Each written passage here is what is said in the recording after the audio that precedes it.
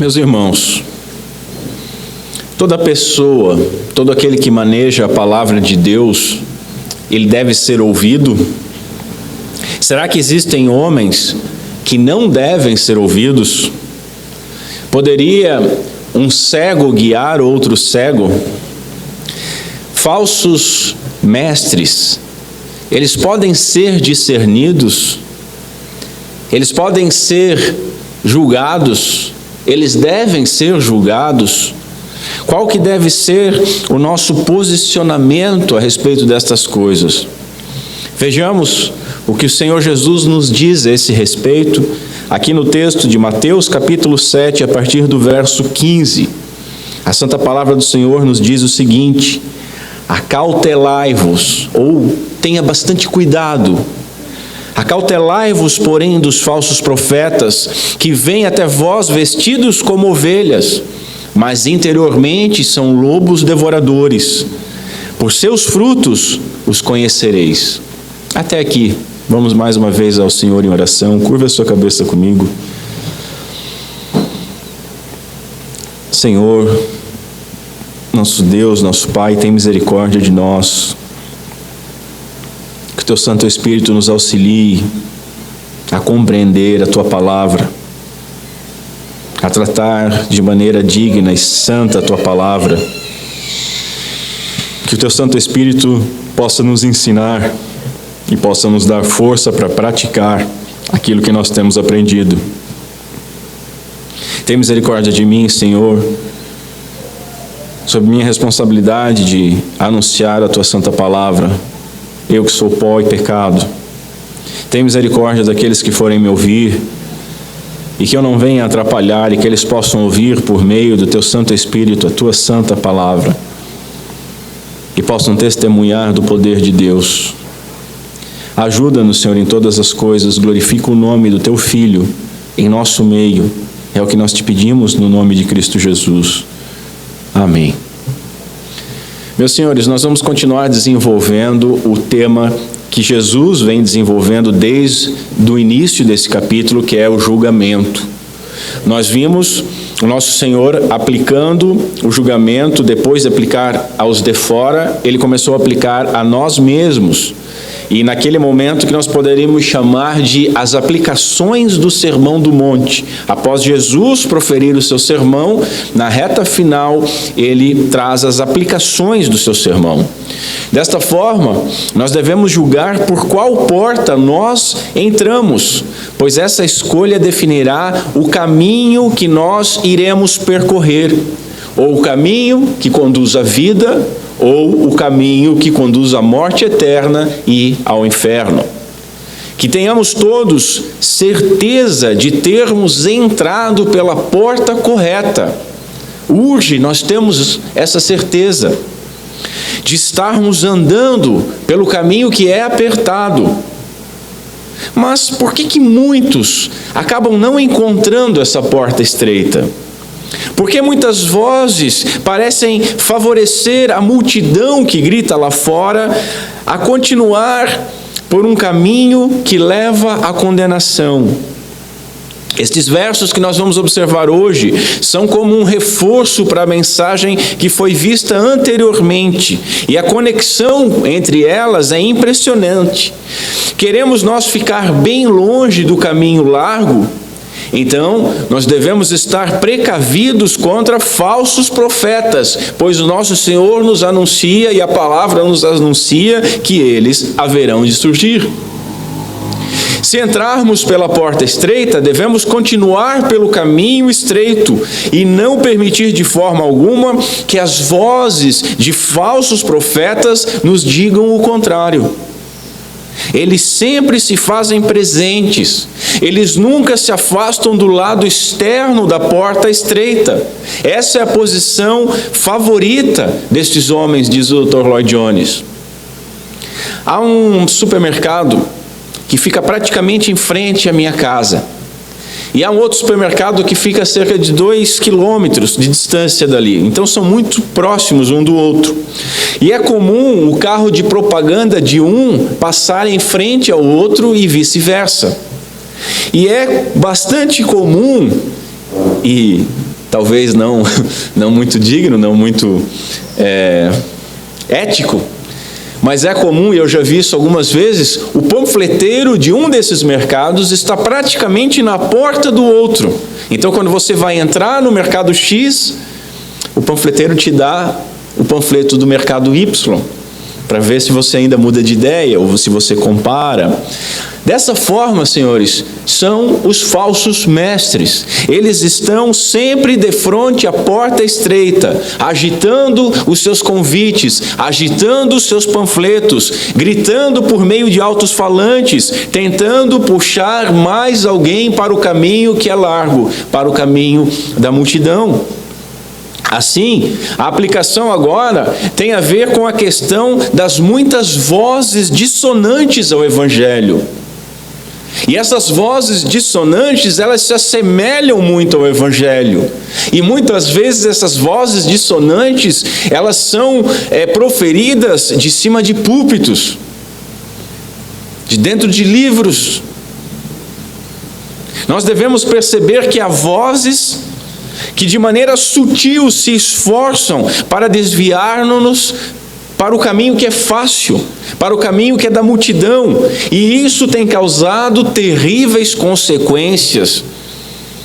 Nós devemos ter certeza, senhores, que aquilo que nós ouvimos é biblicamente saudável.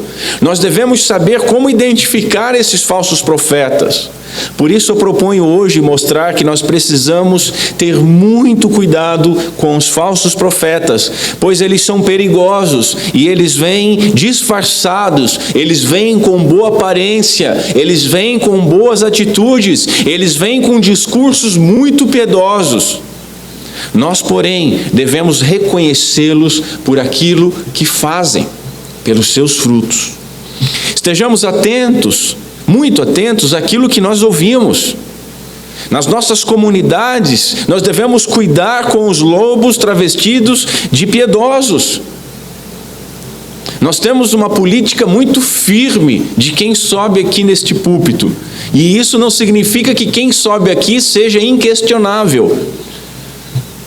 Devemos sempre conferir com as Escrituras. Infelizmente, há comunidades que o púlpito parece um banco de praça. Qualquer um sobe e qualquer um fala o que quer. Então, infelizmente, é dado comida inadequada para a igreja. Nós devemos cuidar com isso. Nós devemos cuidar quando em casa, com a internet e com a TV. Temos que ter cuidado. A internet, ela pode ser tão benéfica quanto perigosa. Ela dá voz a todos, de forma indiscriminada. Pregadores televisivos normalmente já são perigosos a priori. Por quê? Porque é necessário que haja muito dinheiro para alguém chegar à televisão. O horário na televisão é caríssimo. Precisa-se de muita arrecadação. E precisa-se de muita arrecadação para se manter na televisão. E ninguém quer ir para a televisão e ter que sair da televisão. Então gera um círculo vicioso de vendas, escambos e tudo mais. Na internet, temas polêmicos, opiniões sobre tudo garantem curtidas e publicidade. E as pessoas começam a vender o seu espaço para ganhar dinheiro e falam aí de tudo e atraem multidões de forma virtual. E essas pessoas estão ganhando dinheiro por curtidas e as pessoas pensando que elas estão muito preocupadas em esclarecer alguma coisa. Nós devemos julgar tudo, irmãos, de forma bíblica. Tudo biblicamente. Nós não podemos aceitar que a santa e graciosa mensagem da cruz seja deturpada e transformada em um tipo de autoajuda, seja humanista de forma antinomista, que vá contrário à lei, que diga que não tem lei, que transforme o cristianismo em algo insosso, seja de forma legalista, onde coloca de novo as pessoas sob o jugo da lei, e normalmente não é sobre a lei de Deus, mas sobre regimentos e sobre tradições humanas. Nós não podemos permitir que essa mensagem seja deturpada e seja utilizada para pessoas serem enriquecidas ou para pessoas terem poder. E é isso que o falso profeta busca. Então, em primeiro lugar, Jesus está nos ensinando aqui que nós precisamos ter muito cuidado com os falsos profetas, porque eles são sutis. Infelizmente, entre as ovelhas há bodes, entre o rebanho há lobos, entre o trigo que foi plantado por Deus, há também o joio que foi semeado pelo inimigo. A Bíblia nos deixa isso muito claro. Onde quer que sejam proclamadas as boas novas do Evangelho, haverá sempre falsos profetas, defendendo a porta larga e defendendo caminhos mais espaçosos, mais tranquilos. Esses e os seus adeptos, eles usam a Bíblia, mas eles escolhem algumas partes específicas e enfatizam essas partes em detrimento a outras. Eles mutilam o cristianismo até deformá-lo e corrompê-lo. A pessoa mais perigosa de todas é justamente aquela que não enfatiza as coisas certas, diz um teólogo. John Stott, ele lista 3 tipos de ações de falsos profetas que podem nos ajudar a identificá-los. Os primeiros que ele lista são aqueles que emporcalham e distorcem de tal maneira o Evangelho que torna difícil de ser entendido a porta estreita, difícil de ser achada a porta estreita. E enquanto eu falo, os irmãos vão lembrar claramente de algumas pessoas. Eu não vou citar nome, mas claramente nós lembramos de pessoas que têm emporcalhado o Evangelho de tal maneira que ele tem sido motivo de zombaria. O segundo grupo procura demonstrar que o caminho estreito, ele é na realidade muito mais largo do que aquilo que Jesus deu a entender. Veja, não é bem assim, não é tão apertado, é mais tranquilo. E o terceiro grupo, ele vai mais além e atreve-se a contradizer Jesus, afirmando que o caminho largo não leva à destruição. É apenas uma forma, um modo de vida. Como nós já vimos, há apenas 2 caminhos, e só é possível a nós trilharmos um dos caminhos, pois cada um desses caminhos tem o seu próprio destino, seja o céu ou seja o inferno.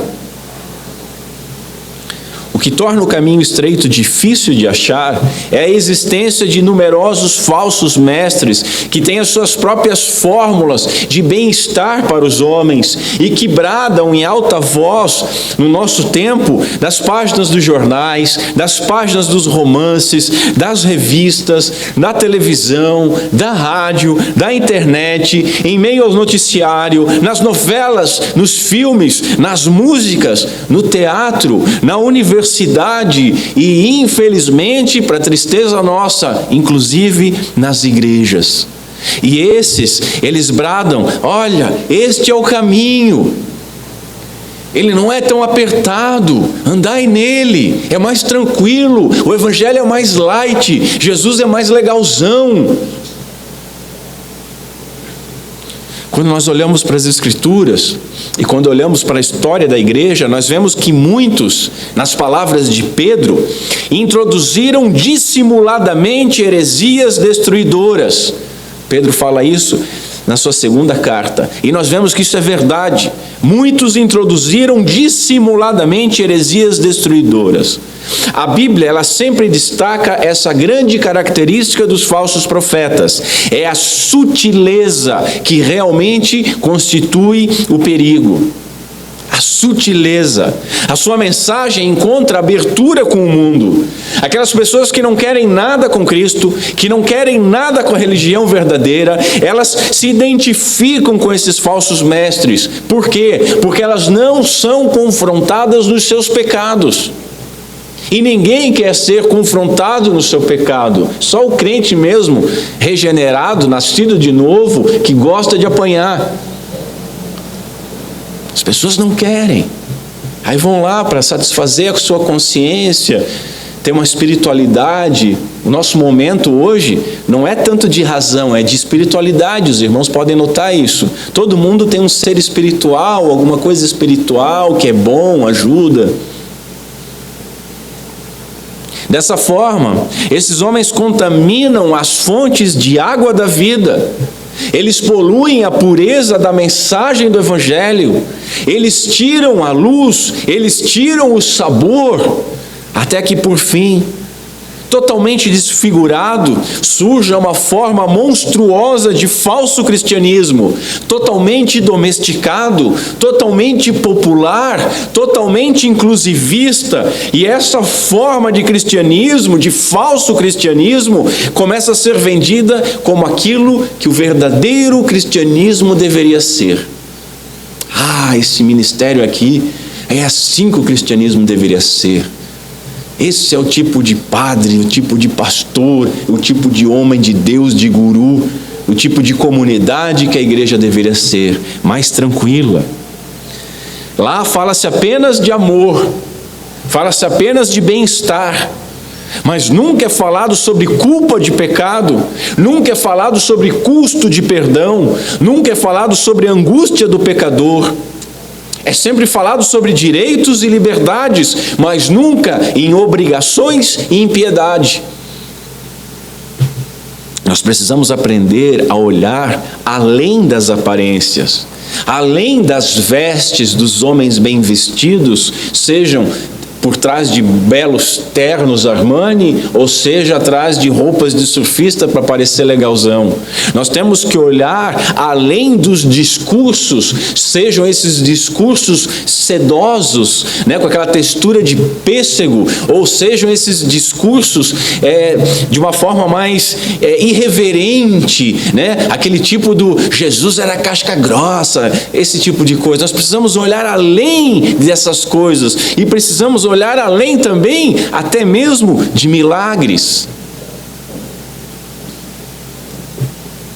O que deve ser evidente para nós é que o Senhor não está falando aqui nesse momento de grandes hereges. Heresias claras e distintas, elas são facilmente desmascaradas. Não é esse o problema. O problema são os pequenos detalhes. O problema são os tijolos que são assentados de maneira incorreta e que vão terminar numa parede torta e que vão comprometer toda a construção. Nós vamos ver mais à frente sobre os dois construtores. Um construiu sobre areia, o outro construiu sobre rocha. E o que é a rocha? O Senhor mesmo diz no verso 24, porque esse escuta as minhas palavras e as pratica. O que é a rocha? A rocha são as palavras de Cristo Jesus, ouvir, crer e obedecer. O problema é quando você não assenta na rocha. Tudo que você construir tem um alicerce falso, tem uma base instável. Na maioria das vezes, essas coisas vêm sem nem ao menos ser declarada. E isso é o mais terrível. Trata-se, pois, de um falso ensino, cuja falsidade deve ser detectada por meio daquilo que não declara, muito mais do que por intermédio do que aquilo que realmente diz. Essas são palavras do Lloyd Jones, mas quem dos mais antigos estavam aqui desde quando eu comecei a ensinar teologia nessa comunidade, lembram que eu sempre falava o seguinte: você tem que olhar o discurso, você tem que entender o discurso, e você precisa compreender muito o que não é dito no discurso. Porque às vezes aquilo que não é dito está falando mais alto do que aquilo que é dito. Aquilo que é omitido é mais importante do que aquilo que foi dito. Nós temos que prestar atenção nos discursos. Uma característica comum do falso profeta é a ênfase desproporcional no amor.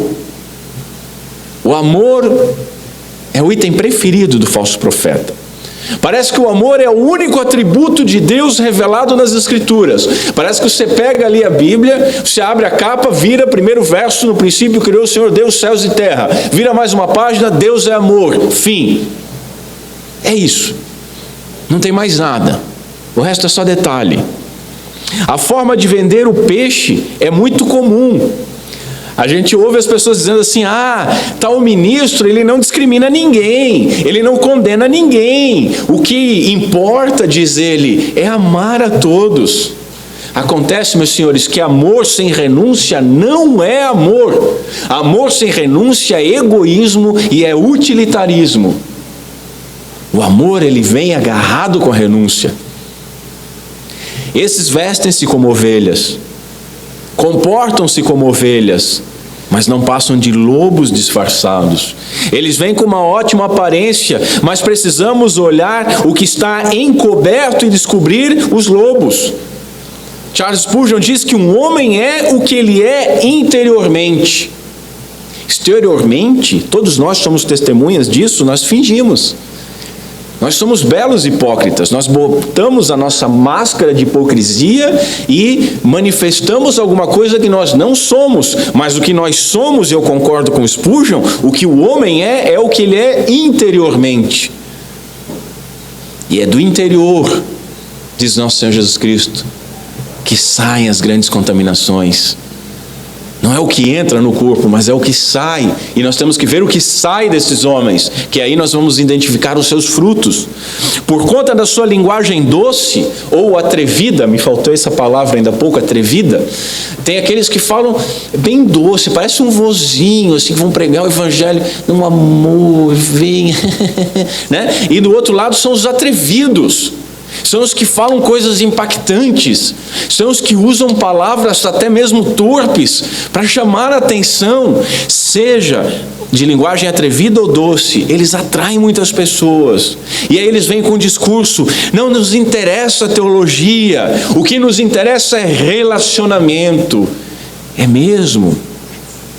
Em pouco tempo nós vemos grupos muito preocupados em relacionamento, que começam a ser grupos dissidentes da igreja. E esses grupos começam a tornar-se uma multidão. E quando nós vemos essa multidão, aí sempre tem aquele deslumbrado para dizer: veja como Deus está abençoando, aquela visão de relacionamento está crescendo. Mas é tudo fogo de palha. Seus frutos, o resultado do seu ministério, são falsos, não duram. Nós temos um exemplo bem claro na história da igreja. Os arminianos, que me perdoem, mas eles consideram o Charles Finney o maior avivalista que já pisou na terra. E foi a maior fraude. Foi o homem que colocou para dentro da igreja aquela história do apelo, para aceitar Jesus, que fazia teatro para trazer avivamento, e ele arrastou multidões, é fato, mas os seus frutos foram podres na época e não se multiplicaram. Multiplicou-se o erro, isso sim. Eles são falsos. Eles são falsos. E quanto mais perto nós chegamos, mais nós conseguimos ver a falsidade da sua vida e da sua doutrina. Mas aí começa alguma denúncia, começa algum lobo solitário desmascarar, dizer que o cara é herege. Aí vem alguém dizendo assim: olha, com todos os ataques eles continuam grandes. Mas no geral, o que ocorre é apenas um rodízio de pessoas. Primeiro que nós não devemos nos incomodar com números. Nós estamos fugindo do caminho largo. Nós estamos fugindo do caminho das multidões. Essa é a primeira coisa. Quando alguém vem com argumento de multidão para mim, eu já fico pistola, né? Porque eu vou ter que desconstruir, desconjuntar as medulas do cara. Multidões vão atrás destes homens, desses ministérios, mas essas multidões chegam e partem. Com a mesma facilidade que entram, elas saem, porque elas estão num rodízio e elas querem ver novidades, como em casa. E é isso que esses homens têm transformado a igreja. E como as pessoas querem novidades, então enchem o ministério. Aí aquele grupo de lá vai para outro ministério, mas ali não esvaziou não, porque vem mais uma leva. E eles ficam fazendo um rodízio, atrás de moveres, atrás de palavras, mas poucos são os que realmente retornam, que se filiam, que ficam firmes e que dão frutos para o reino de Deus. O teólogo e pastor e mártir Bonhoeffer, Ele descreveu de forma cristalina esses homens, e eu peço que você preste atenção nessas palavras. Diz ele: aí está alguém ao meu lado. Externamente é um membro de igreja, é um profeta, é um pregador. A julgar pela aparência, pelas palavras e pela obra, é um cristão. Interiormente, porém, motivos obscuros o agregaram a nós. No seu interior ele é um lobo voraz, a sua palavra é mentira, a sua obra é ilusão. É hábil em manter o segredo, mas em secreto realiza a sua obra das trevas. Ele está entre nós, não porque a fé o tenha atraído a nós, mas porque Satanás o enviou. Talvez esteja buscando poder e influência, dinheiro, buscando a fama por ideias e profecias próprias. Procura o mundo, não porém ao Senhor Jesus. E nós já vimos homens assim, infelizmente. Os falsos profetas não dizem coisas que sejam obviamente erradas, mas eles refreiam-se de mencionar as verdades que são obviamente certas e essenciais. Essa é a razão deles serem um falso profeta, porque ocultar a verdade é tão repreensível e condenável quanto proclamar alguma total heresia. E é por isso que esse ensino, o efeito desse ensino, se assemelha a um lobo roubador. É tão agradável e, não obstante, diz Lloyd Jones, pode conduzir os homens à perdição eterna, porquanto jamais confronta os homens com a santidade, com a retidão, com a justiça e com a ira do nosso Senhor. John Stott diz que esses homens, eles dão vãs esperanças ao povo, e eu amei isso aqui, eles embalam o pecador nos seus pecados. Para identificá-los, nós precisamos conhecer as Escrituras. Nós precisamos conhecer as Escrituras para poder julgar o que eles falam e o que eles dizem. Senão, qualquer um de nós será facilmente enganado. O poder para realizar o que Deus manda está em Deus, e é nele, na palavra dele, que nós devemos buscar. Nós precisamos de disciplina para conhecer a sua palavra, conhecer a Bíblia e depender dele, cuidando nós daquilo que nós fomos ouvir, para então sermos capazes de discernir os falsos ensinos, os falsos profetas. Esse é o retrato do falso profeta. Ele nada apresenta de realmente ofensivo ao homem natural, mas ele procura agradar a todos. Ele exibe-se totalmente disfarçado de ovelha. Ele mostra-se atrativo, ele mostra-se amável, ele mostra-se tão agradável de ser admirado. A mensagem dele é consoladora, é confortadora, é tão suave. Ele agrada a todos e todos acabam falando bem dele. Em sua mensagem não há nenhum aspecto de porta estreita e nem o aspecto de caminho apertado. Nas suas palavras não há nada que transparece aquilo que Paulo chama em Gálatas 5 de escândalo da cruz. Esses homens, eles erram tanto no ensino quanto no seu estilo de vida, porque essas duas coisas, elas estão indissoluvelmente ligadas entre si. Nosso Senhor expressou esse ponto ao dizer: pelos seus frutos os conhecereis.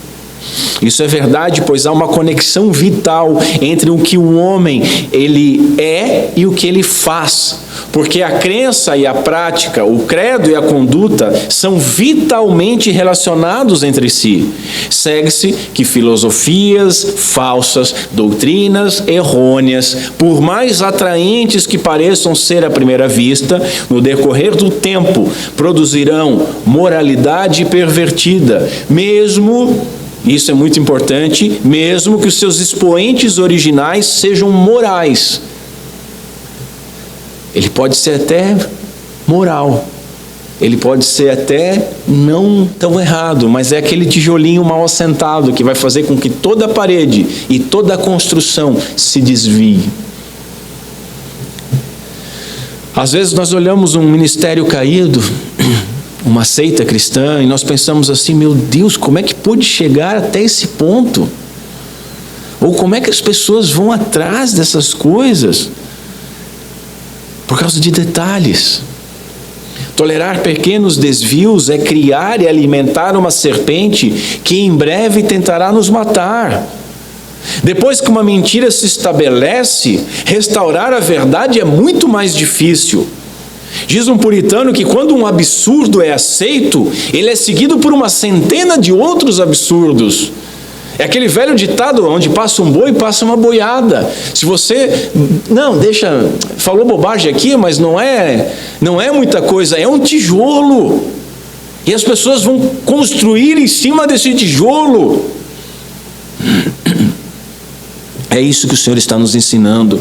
Nós precisamos, meus irmãos, ter muito cuidado com estes homens.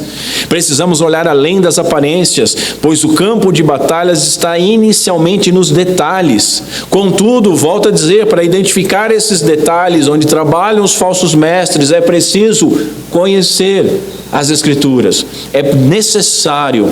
Dessa forma, nós não devemos ficar impressionados com o falso brilho da aparência desses homens, mas nós devemos julgar a veracidade daquilo que ensinam, pois um falso mestre, ele representa e sempre vai representar um enorme perigo para a comunidade cristã. Em segundo lugar, essa doutrina que Jesus ensinou. Vamos pegar essa doutrina e colocar num dito popular. O que Jesus está dizendo aqui? Eu me atrevo a dizer, nem tudo que brilha é ouro. Basicamente isso que ele está dizendo. Nem tudo que reluz é ouro. Por quê? Porque o diabo pode fazer se parecer com um anjo de luz, mas continua sendo o diabo. Os falsos profetas não apenas enganam, mas eles se enganam. Eles se auto-enganam. Tanto que nós vemos mais à frente, Jesus trazendo uma figura, uma passagem, uma predição do julgamento final em cores terríveis. Muitos de Jesus me dirão naquele dia: Senhor, Senhor, em teu nome não expulsamos demônios, em teu nome não realizamos muitos milagres, não falamos nós em teu nome? Então lhes direi, Jesus dizendo, lhes direi claramente: nunca vos conheci. Esses homens, eles enganam e se enganam. Alguns desses homens e alguns dos seguidores advogam milagres. Ah, lá Deus opera, né? Tem um bonitão na TV que diz: aqui o evangelho acontece. Eu nunca entendi o que ele quer dizer com isso. Tem aqueles chavões, né? Tem pouca palavra, mas muito poder. Irmãos, quando eu ouço essas coisas, eu lembro e fico e me agarro com o nosso irmão reformador Martinho Lutero, quando ele afirmou que qualquer ensinamento que não se enquadre com as Escrituras deve ser rejeitado, ainda que faça chover milagres todos os dias. Ou, em outro momento, quando ele diz: a paz, se possível, mas a verdade a qualquer preço. Quando você fala alguma coisa, geralmente as pessoas vêm e dizem assim para você: você está desunindo a igreja. Não. Há momentos que homens desunem a igreja, mas quando se trata de doutrina, são homens separando o joio do trigo, os bodes das ovelhas. Não esqueçam jamais disso, que em Apocalipse é revelado que a besta vai operar milagres. Diz assim o texto de Apocalipse: e realizava grandes sinais, chegando a fazer descer fogo do céu à terra à vista dos homens. Por causa dos sinais que lhe foi permitido realizar em nome da primeira besta, ela enganou os habitantes da terra. Quem vai atrás de sinal pode ir atrás de sinal maior. Apocalipse 13. É digno de nota que a descrição que Cristo faz aqui do falso profeta, alguém que vem vestido de ovelha, no entanto, interiormente não passa de um lobo voraz, e o quadro apresentado lá em Apocalipse 13 da besta, com o texto dizendo 2 chifres, semelhantes a um cordeiro, porém falando como um dragão, se assemelham muitíssimo. Eu vou falar semana que vem a respeito disso, mas nós temos que lembrar que em Apocalipse, e só podemos falar por cima, é sugerido que a besta, o falso profeta, vai falsificar até mesmo a ressurreição do nosso Senhor Jesus Cristo. Nós não podemos ir atrás de sinais, de milagres. Em ambos os casos, nos falsos profetas e na besta do Apocalipse, a essência interior está em conflito com a manifestação exterior. Os falsos profetas são representantes do poder das trevas, segundo Paulo em Colossenses 1, disfarçados em anjos de luz. Esses homens, eles são assassinos da verdade, mas andam com a Bíblia na mão, têm voz sedosa, diz o Hernandes Dias Lopes. Seus dentes são afiados, mas a voz é sedosa. Eles parecem totalmente inofensivos, mas são lobos prontos para atacar. Irmãos, pode-se enganar todo mundo por muito tempo, mas não por todo o tempo. Pelos frutos, o Senhor diz, o coração humano se revela. Pelas ações, aquilo que fazem, demonstram o que realmente são. Notem, quando uma semente começa a crescer, a maioria das árvores são iguais e você não consegue definir que tipo de árvore é. Após o desenvolvimento do caule e das primeiras folhas, é que aí nós podemos distinguir, essa árvore é assim, essa árvore é assado. Todavia, uma coisa é certa, a árvore será da espécie da semente que ela foi plantada. Você não planta uma goiabeira e nasce um limoeiro ou uma limeira. Não existe isso. Do mesmo modo como é impossível que uma fruta de uma árvore seja de outra, que não da própria árvore, também é impossível, e preste atenção nisso, que o diabo busque a santificação, que a injustiça dê luz à justiça, que a mentira produza a verdade, que a motivação falsa efetue o crescimento na fé, e que a briga leve à paz, e que o egoísmo gere o amor ágape. Escreveu um teólogo alemão. O que ele está querendo dizer aqui, que nós devemos aprender? O erro não justifica o outro, os fins não justificam o meio. Não tem como um tijolinho torto construir uma parede reta. Deixa assim, a gente já fez 2 fileiras de tijolo, a gente compensa lá na frente. Não dá, não tem como. Nosso Senhor menciona o termo profetas, porque são pessoas que ousam falar, que ousam ensinar e que ousam corromper em nome de Deus. Podem ser homens com grandes poderes retóricos, de bons discursos, poderes até mesmo espirituais, mas mesmo assim são falsos.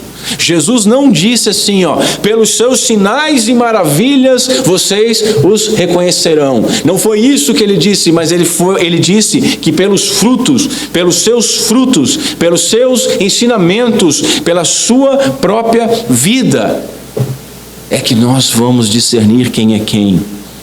E por fim nós temos que ver o seu efeito sobre a igreja. Esses são os testes que o Senhor aponta. Os frutos, em algum momento será descoberto se esses homens produziram fé ou descrença, se levaram a paz ou a discórdia, se buscaram a santificação ou não, se aproximaram as pessoas de Deus ou fixaram as pessoas em si mesmo, se defenderam com toda clareza a vontade de Deus ou perseguiram alvos egoístas. Irmãos, cuidado, diz o Senhor, pois o perigo para o povo de Deus é enorme. Um pai da igreja escreveu o seguinte: Jesus não disse guardai-vos, como se o diabo pudesse introduzir heresias na igreja contra a vontade de Deus. Mas veja, com a permissão de Deus, pois dado que Deus não quer que os seus servos sejam sem discernimento, ele envia a tentação. E porque ele não quer que os seus servos sucumbam por ignorância à tentação, ele adverte do perigo. Que misericórdia e que amor. Portanto, vamos atentar ao aviso, cuidemos com perigo e tenhamos discernimento.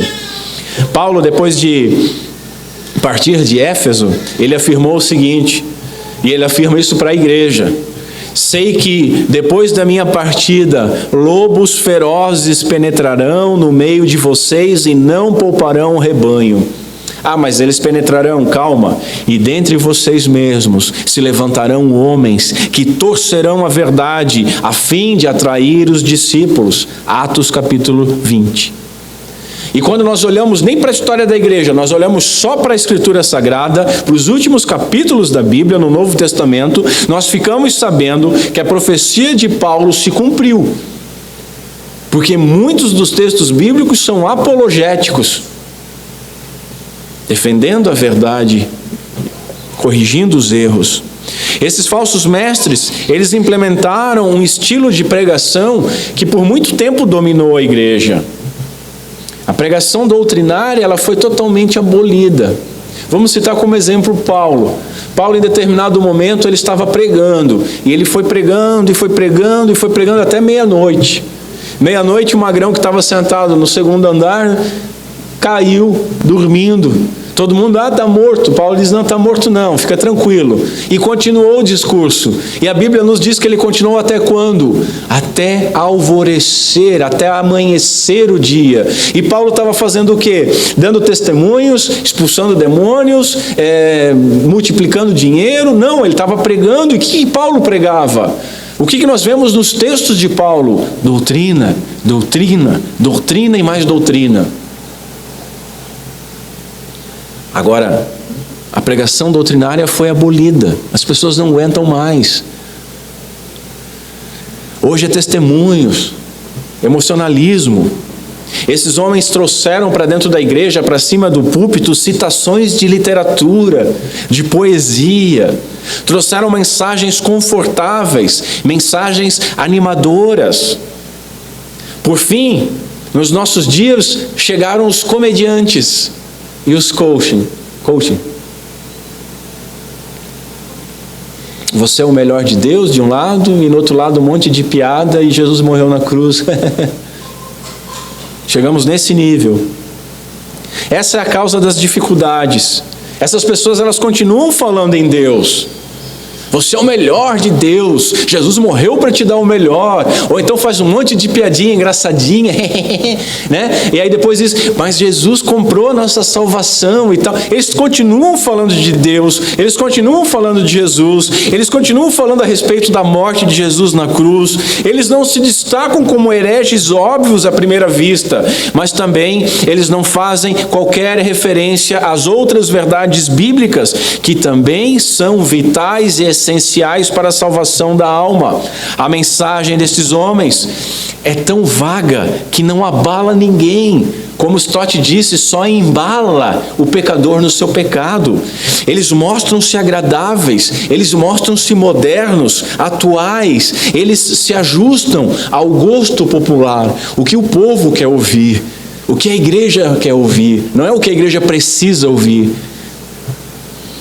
Jesus agora faz uma grande sugestão sobre como separar o genuíno do perigoso. Por quê? Porque lobos são mais perigosos do que cães e porcos. Nós devemos proteger os imaturos, os fracos e os instáveis na fé, porque esses são justamente os que mais facilmente são levados por todo o vento de doutrina. Veja, quando aparece um cão ou um porco, eles são facilmente detectados. Eles desprezam o Evangelho, eles zombam do Evangelho, eles pisam na mensagem do Evangelho, eles vivem do seu modo. Já um falso mestre, como temos visto, é um indivíduo que se aproxima de nós, dando-nos a impressão inicial de ser tudo quanto seria desejável em alguém. Ele é gentil, ele é agradável, ele é prestativo, ele parece ser um bom crente e também parece dizer todas as coisas certas. O seu ensinamento, de modo geral, ele é bastante equilibrado. Ele emprega muitos vocábulos que deveriam ser usados e empregados por qualquer verdadeiro cristão. Ele fala acerca de Deus, ele fala acerca de Cristo, ele fala acerca da cruz, ele enfatiza o amor de Deus. Eles parecem dizer tudo quanto um crente autêntico deveria dizer. Fiquemos alertas para que não sejamos enganados. Os perigos que mais ameaçam a vida da igreja geralmente têm sido os que surgem dentro da igreja, no seio da igreja. O Sproul, ele nos lembra que no período do Antigo Testamento, a maior ameaça à sobrevivência de Israel não era o poder militar dos filisteus, dos amalequitas ou dos assírios. A maior ameaça ao bem-estar do povo de Deus sempre foi a presença dos falsos profetas em seu meio. É só você dar uma lida no Antigo Testamento que você vai constatar isso. Esse era um grande problema na época, em que Deus enviou o profeta Jeremias, por exemplo, para chamar o seu povo ao arrependimento. Parecia que cada vez que Jeremias abria a boca e dizia aos israelitas que Deus faria isso e aquilo se eles não mudassem de atitude, apareciam 100 falsos profetas dizendo: não, veja bem, não é bem assim. Não é isso tudo. Não, Deus é amor. E hoje se dá o mesmo. Para cada pregador realmente bíblico que nós vemos, parece que tem 100 vozes dizendo o contrário, afirmando que as coisas não são bem assim. Alto lá, calma, Deus é amor. Jeremias constatou-nos nestes termos: falsos profetas falam de visões do coração, enquanto os verdadeiros profetas permanecem no conselho do Senhor, ouvem a palavra de Deus e proclamam a palavra de Deus ao povo, falam como sendo boca do Senhor. Já nos ensinos dos falsos mestres, não há espaço para a lamentação do pecado, não há arrependimento, não há sofrimento que todo filho de Deus pode vir a carregar, junto com aquela percepção da própria miséria. O evangelho do falso mestre, Jesus não diz: toma a sua cruz e me siga. Não tem isso, senta aqui na janela, filho, eu morri por você, agora você é o melhor de Deus. Não há custo. Eles anunciam paz, quando não há paz. Eles pretendem curar superficialmente a ferida do meu povo, diz Jeremias, simplesmente asseverando que tudo vai bem, que as pessoas tão somente precisam vir a Cristo, precisam seguir a Cristo, precisam se tornar crente. É só você falar qualquer bobagem no final, fazer um apelo para que as pessoas aceitem Jesus, e aí você dá um adesivo para ela botar no carro, dá uma Bíblia da igreja e pronto, está tudo certo para ela. Agora ela vai gozar das bênçãos e das benesses de ser cristã, mas ela não é cristã, e isso não é pregar o evangelho. Nada é dito sobre a porta ser estreita, o caminho apertado. Nada é dito sobre a renúncia. Qual é a vida que Cristo nos chama? Aquele que quiser achar a vida tem que perder a própria vida. É entrega. É assim que nós achamos, e aquele que quer manter a própria vida perde a vida eterna. Hoje, entre os slogans usados pelos representantes modernos dessa seita de embuste, de engano, estão os seguintes: céu e inferno são mitos. Outro: Deus de amor não permitirá que alguém seja punido para sempre. Outro: Satanás é um mito da religião para aprisionar os homens.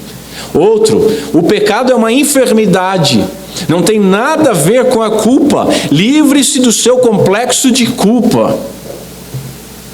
Aqui os freudianos adoraram. Outro: o indivíduo não é responsável pelos seus assim chamados pecados pessoais. Esse é o progressismo e a esquerda inteiro. A culpa, se é que existe alguma, recai sobre os pais ou sobre a sociedade. Foram os pais que tornaram aquela pessoa assim, ou a sociedade que corrompeu. Nós podemos acrescentar vários outros. Namorar é absolutamente normal entre os jovens cristãos. Todos fazem. Sexo antes do casamento também, todo mundo faz. Outro: relações extraconjugais são normais. O ser humano é fraco, a carne é fraca, todo mundo faz. Divórcio é justificado, pois Deus nos fez para sermos felizes e Ele não quer que nós sejamos infelizes. Então, meu amigo, não está satisfeito? Pode divorciar, todo mundo faz. Outro: olha, eu sou contra o aborto, mas acabou, botou um mais ali, você não é contra nada, você é a favor. Outro: nós podemos ser felizes do nosso jeito, nós sabemos o que é melhor para nós. Meu Deus, nós não sabemos nem qual é o nosso pensamento, a Bíblia nos diz que é Deus que nos revela. Nós somos igual ao povo de Nínive, que não sabe discernir a mão esquerda da direita. É o Senhor que revela o pensamento do homem. Outro: Jesus era comunista. Ou então Jesus era socialista. Ou então Jesus era capitalista. E dá-lhe anacronismo. Outro, bebida é coisa do diabo. Crente não bebe. Crente não bebe. Outro, tal roupa é coisa do diabo. Essa roupa aí é do diabo. Isso aí vai para o inferno se usar isso aí. Mas aí tem a contrapartida disso. O que é bonito é para ser mostrado, né? Aí a ovelhinha vai com pouca lã tirar foto no Instagram. Bem pouca lã. Outro, Jesus nos deu vida abundante, por isso nós devemos ser prósperos e sem doenças. Porque, meu Deus, nós temos vida abundante. Você é o centro de Deus. É outra. Ou então, quando eu olho para Deus, eu não me sinto inferior e eu não vejo um grau de santidade diferente. E assim os falsos profetas vão e enchem.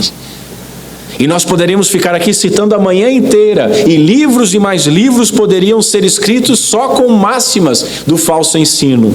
Contudo, meus irmãos, a pregação da cruz para os falsos profetas não constitui no escândalo para os judeus e nem na loucura que era para os gentios. Eles transformaram a mensagem da cruz em algo aceitável para o mundo, numa admirável filosofia de amor e de profunda emotividade. E isso porque o mundo não se interessa pela verdadeira mensagem da cruz. Lembram quando nós vimos a respeito das beatitudes? Lembram quando nós vimos os religiosos representados pelos fariseus? Eles achavam que não tinham aqueles pecados. Para eles era óbvio o seguinte: eu não matei, eu não adulterei, logo eu não sou assassino nem adúltero. Mas a lei olha para o interior do homem. E esses homens achavam que só deixando de fazer uma ou duas ou três coisas, a igreja moderna hoje é só o indivíduo, não sendo nas igrejas inclusivistas, é só o indivíduo não ser homossexual, não adulterar, que ele é um crente. Todo o resto ele pode fazer. Ele engana no negócio, ele mente no imposto de renda, ele engana, ele tem a balança adulterada, ele mente para a mulher, mente para os filhos. Então isso aí está tranquilo. Ele fica domingo em casa, o domingo é para ele descansar. Mas está no quarto mandamento, mas isso aí passou. Desde que eu cumpra as outras coisas, eu estou bem. E não é assim. Essas pessoas conseguem achar um ou dois ou três tipos de pecado que elas imaginam que não fizeram, que não caíram, e então elas dizem que agora elas são santas. Santidade é questão de não praticar uma ou outra coisa. Não se pensa mais em santidade em termos de, como João escreveu, não ameis o mundo, nem as coisas que há no mundo. A concupiscência da carne, a concupiscência dos olhos e a soberba da vida. Lloyd Jones diz que a soberba da vida é das piores maldições da igreja cristã. O falso ensino deseja uma santidade similar aos dos fariseus. Seria meramente uma questão de não fazer uma ou outra coisa, de coisas que todos concordam. É só eu não matar. Você concorda que é só não matar? Eu também concordo. Poxa, então nós somos cristãos. Daí, dá um abraço aqui. Paz do Senhor. Portanto, nós devemos não apenas não nos impressionar com a aparência desses falsos mestres, como devemos analisar os frutos, o caráter, as consequências no corpo místico de Cristo. Sendo verdade que o perigo que eles representam, sendo seus erros sutis e sendo tão perigosos para a comunidade cristã, nós precisamos agir. E agora eu chego nas aplicações, como Jesus nos chama a obedecer.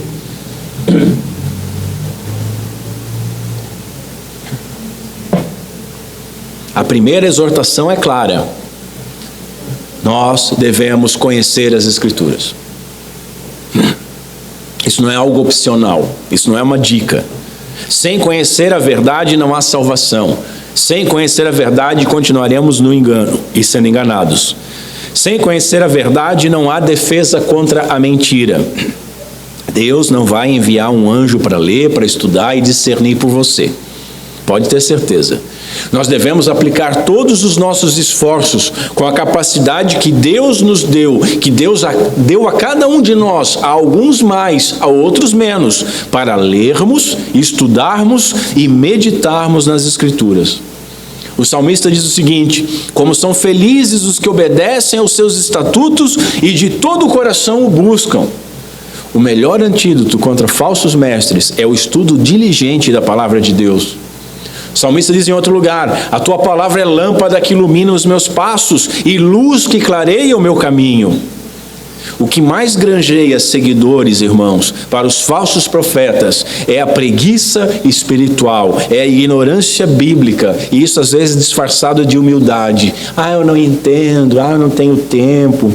Por isso, meus irmãos, nós não podemos nos assustar, essa aqui até é fina, não podemos nos assustar com o volume das Sagradas Escrituras.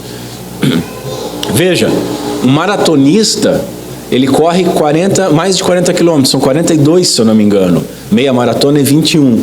Então o maratonista que corre 42 quilômetros, ele não acorda um dia de manhã cedo, abre os olhos e diz: eu vou ser maratonista, amarra o tênis, sai e vai correr 40 quilômetros. Ele não vai conseguir fazer isso. Da mesma forma, você não vai chegar hoje em casa empolgadão, sentar, abrir a Bíblia, Gênesis 1:1, vou ler a Bíblia até o final do mês. Não vai ler. Se você já não faz isso diariamente, não vai fazer agora. Mas o maratonista, ele começa a se preparar para isso. Então, separe um tempo diário. Nós temos tempo para tantas coisas. Mas eu não tenho tempo, meu dia a dia é muito corrido. Todos nós fomos presos por governadores despóticos, tiranos há pouco tempo, tivemos que ficar em casa e descobrimos que nós tínhamos tempo. Nós temos que ter tempo com prioridades. Nós podemos tirar um pouco do nosso sono, um pouco do nosso seriado, um pouco da nossa conversa, um pouco do não fazer nada e ler as Sagradas Escrituras. E não só ler, você pode ler ela, é bom que você leia. Se você ler 5 capítulos por dia, você vai ler ela facilmente num ano. Tinha um exercício que eram, acho que 10 versículos por dia. Dava para ler a Bíblia inteira 3 vezes no ano. Eu não lembro se era 10 ou 12.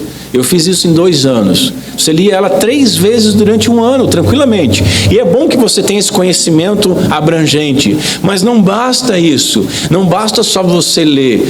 Pegue alguns textos, leia, feche a sua Bíblia, ore. Medite naquilo, o que Deus quer falar comigo sobre isso, aonde que eu estou errado, aonde que eu tenho que me conformar com a palavra de Deus, o que eu devo mudar. Eu sempre digo, leia a Bíblia contra você, não contra o próximo. Não busque na Bíblia acusações contra o próximo, mas contra você. A Bíblia está sendo usada naquele momento para te lapidar, como uma ferramenta para cortar o excesso, como um fogo para te purificar. Medite. Nós temos tempo para tantas coisas, não teríamos tempo para Deus. Ore para que Deus ilumine, nós dependemos plenamente dele. Nós podemos ser enganados por discursos lógicos. A linguagem pode ser convincente de falsos mestres. Nossos sentidos podem ser enganados por sinais e maravilhas. Portanto, meus irmãos, a única base de segurança que nós temos é a Escritura Sagrada, sob supervisão e orientação do Espírito Santo de Deus através de oração. Porque até mesmo vem aquele bonitão lá e começa a citar a Bíblia para lá e para cá, e as pessoas dizem, falou Bíblia o culto inteiro. Mas você não pega 2 versos que estão em contextos iguais. Aí é fácil você fazer uma colcha de retalhos. Se você conhecer as Escrituras, quando alguém citar alguma coisa, você vai lembrar, esse texto, você não precisa lembrar palavra por palavra, mas esse texto está num contexto falando sobre tal coisa, não é sobre o que ele está dizendo. E aí você já fica com a pulguinha atrás da orelha. Nós devemos cuidar com o que nós ouvimos. Irmãos, ignorância não é desculpa. Ninguém vai poder chegar no julgamento final e dizer assim, eu não sabia, e vai ficar livre. Ninguém vai poder chegar no julgamento final e dizer, mas fulano me ensinou assim e estava errado, eu não sabia. Se um cego guiar outro cego, o que a Bíblia diz?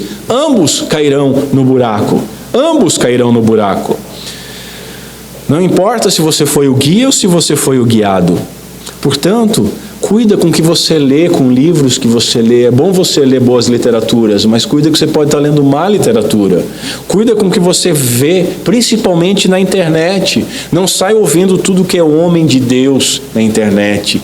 Não saia lendo tudo que é artigo na internet. Veja, eu não sou contra a internet. Eu não sou um daqueles deputados que quer fazer uma lei de liberdade da internet que na realidade é uma censura. Não é isso. A internet, não dá para se desprezar os inumeráveis benefícios dela. Muitos de vocês chegaram a essa comunidade por causa da internet. Agora, ela dá voz a qualquer pessoa. Se o papel aceita qualquer coisa para escrever, a internet aceita qualquer texto. Qualquer um pode gravar um vídeo e falar um monte de bobagem. Nós temos que cuidar, nós temos que ouvir com método, nós temos que ouvir com discernimento, para não ouvir vozes dissoantes e acabar fazendo uma colcha de retalhos. Nós devemos cuidar com aquilo que nós ouvimos, com aquilo que nós vamos nos alimentar. Nós devemos julgar tudo que nós ouvimos e reter somente aquilo que for bom. Veja, em Atos 17 é falado sobre os bereanos, e Paulo estava pregando, e é dito que os bereanos, eles conferiam nas Escrituras para ver se tudo era assim. Meu irmão, um falso profeta pode ficar doidinho, mas nenhum homem de Deus vai ficar doído se você for conferir na palavra o que ele está dizendo. Muito pelo contrário, ele vai ficar satisfeito. Eu sempre digo para os irmãos, confiram tudo que eu falo, e se eu falei alguma coisa errada, por misericórdia da minha vida, venham e falam comigo. Pode ser que você não entendeu direito, pode ser que eu esteja errado. Ninguém tem inerrância, só a Bíblia é inerrante, né? Então, se um homem de Deus for questionado, se a Bíblia for aberta, deixa eu ver se é assim mesmo, ele deveria ficar honrado, porque nós, aqui atrás do púlpito, não pregamos a nossa palavra, nós pregamos a palavra de Deus, e é bom que ela seja confirmada pela própria palavra de Deus. Nós temos que nos alimentar de coisas que são biblicamente sadias. Devemos testar o caráter dos outros. Como nós já vimos, e vamos repetir várias vezes, não se colhem uvas de espinheiros. Uma árvore boa não pode dar mau fruto. Cedo ou tarde, os frutos, o caráter das pessoas vai vir à tona. Sendo assim, em segundo lugar, nós devemos nos examinar. O que nós temos ouvido? Quem que nós temos ouvido? Quais são os frutos que confiamos a nossa atenção? Como nós temos ouvido? Outra coisa importante que nós precisamos meditar: por que nós cremos no que cremos? Porque as Escrituras confirmam ou porque alguém disse? Por que nós fazemos o que fazemos? Porque as Escrituras confirmam ou porque alguém disse? Por que nós deixamos de fazer determinadas coisas? Porque as Escrituras nos proíbem ou porque um homem nos proibiu? Paulo diz o seguinte: destruímos argumentos e toda pretensão que se levanta contra o conhecimento de Deus, e levando cativo, preso, todo pensamento para torná-lo obediente a Cristo. É isso que nós devemos fazer. E feitas essas perguntas, em terceiro lugar, eu acho que é óbvio que todos nós devemos nos arrepender, porque é certo que nós erramos, e nós erramos, como disse Jesus em Mateus 22, por não conhecer as Escrituras. Esse é o nosso maior erro. Um devoto piedoso, ele dificilmente será enganado. Assim, nós não devemos praguejar contra algum falso profeta porque ele nos enganou, mas nós devemos nos arrepender da nossa timidez. Ele nos enganou porque nós não conhecíamos, e nós não conhecíamos porque não queríamos conhecer, porque todos nós temos a Escritura, podemos abrir e podemos lê-la. Esse é uma das grandes dádivas da Reforma Protestante, ter a Bíblia ao alcance da mão, no nosso idioma, no nosso vernáculo. Peçamos perdão a Deus pelo desprezo com aquilo, com a forma como nós tratamos aquilo que nós chamamos de palavra de Deus. Palavra de Deus, mas se você não trata como palavra de Deus, você está errando. Aprendamos a julgar biblicamente. Quem não julga tudo acaba retendo não apenas o que é bom, mas qualquer bobagem que for lita, dita ou ouvida. Peçamos perdão por sermos tão nécios e tardios em entender essas coisas. Peçamos perdão pela nossa insistência nos erros. O problema não é se nós fomos enganados, mas já diz o ditado popular: o pior cego é aquele que não quer ver. Você já tratou com alguém que você mostra a verdade, a pessoa: não, mas eu sempre criei assim, eu sempre acreditei assim, não, eu vou continuar, vou morrer crendo dessa forma. Mas está errado, está aqui, está errado. Concorda que está errado? Eu não sei, eu não sei o que dizer. O problema não é se nós fomos enganados, o problema é se nós queremos continuar no erro. Eu lembro que tinha uma locadora aqui em Blumenau, era uma locadora evangélica, né, gospel. E aí ele tinha um DVD lá de um ex-bandido que dizia que tinha participado de um grupo de rap e que tinha feito algumas coisas junto com alguns cristãos notáveis, né, famosos. E o testemunho, eu até acreditei, eu confesso à primeira vista, mas fiquei meio assim. Se eu tivesse um pouquinho mais de firmeza, só pelo que ele falou, eu já teria dito, cara, tá muito fora da casinha isso aqui. Mas enfim, aí eu fui para casa, depois de devolver esse DVD, e fui pesquisar sobre o cara. E pesquisando, eu encontrei um grupo a qual ele dizia fazer parte, desmentindo ao vivo. Eu encontrei os cristãos, o grupo até podia ser porque ele, né, desdenhava do grupo. Eu encontrei cristãos, os cristãos que ele falava, os pastores que tinham acolhido ele, negando qualquer envolvimento. Eu não conheço fulano. Amigos dizendo que o nome dele era outro, que não tem nada a ver essa história. Passado algum tempo, eu estava de novo nessa locadora, e aí eu peguei o DVD e fui lá e falei com o responsável. Eu disse, olha, é passado assim, foi, né, mentira. Puxa vida, o cara disse, mas eu vou continuar alugando, porque é tão poderoso. Eu disse, mas mesmo sendo mentira, o pior cego é aquele que não quer ver.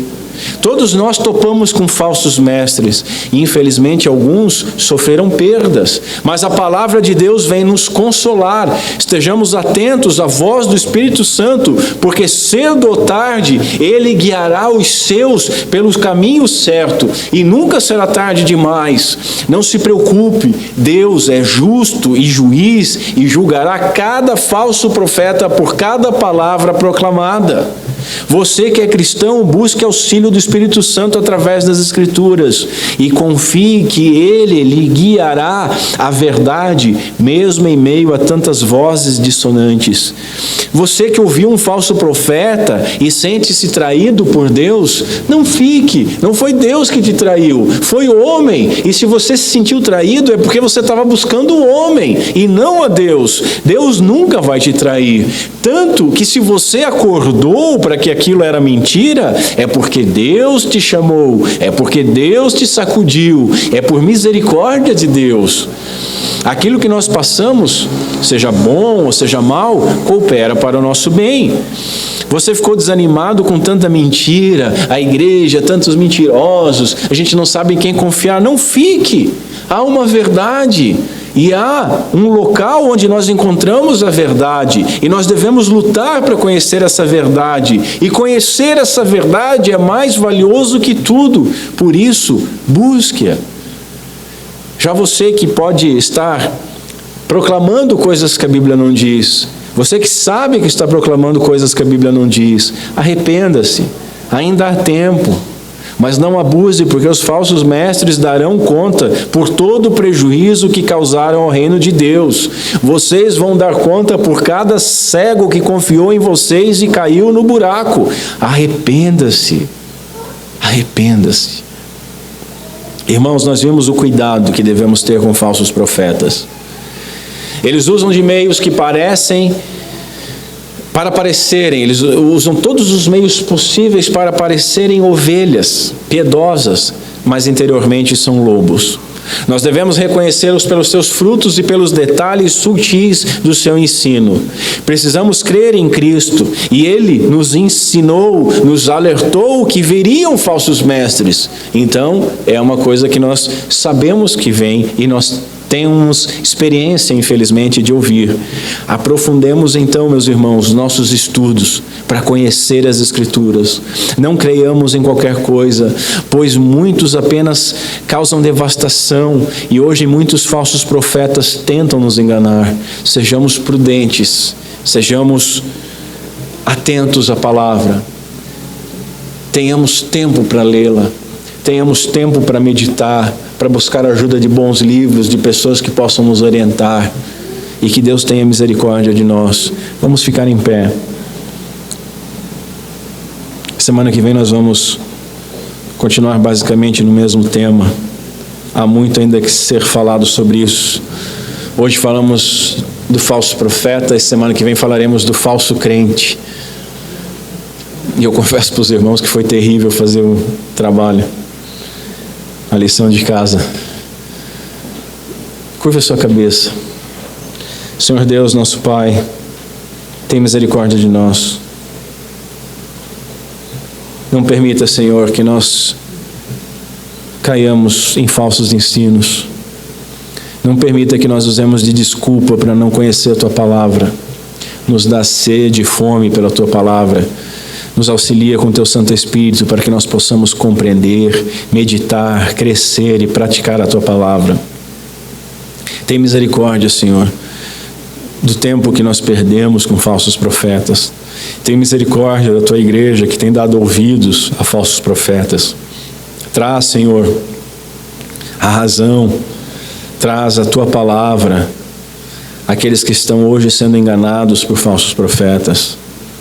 Dá, Senhor, arrependimento, se assim lhe aprouver, àqueles que têm proclamado falsas profecias, falsos ensinos. Tem misericórdia da Tua igreja. Nós erramos por falta de conhecimento e que sejamos responsáveis de não errar mais sobre essas coisas. Tem misericórdia de cada um de nós. Nos ajuda a ficarmos espertos, a usarmos de prudência, a dependermos do Teu Santo Espírito e a estarmos alicerçados em tudo que nós fizermos e crermos na Tua Santa Palavra. Pedimos essas coisas no nome santo de Cristo Jesus, nosso Senhor. Amém.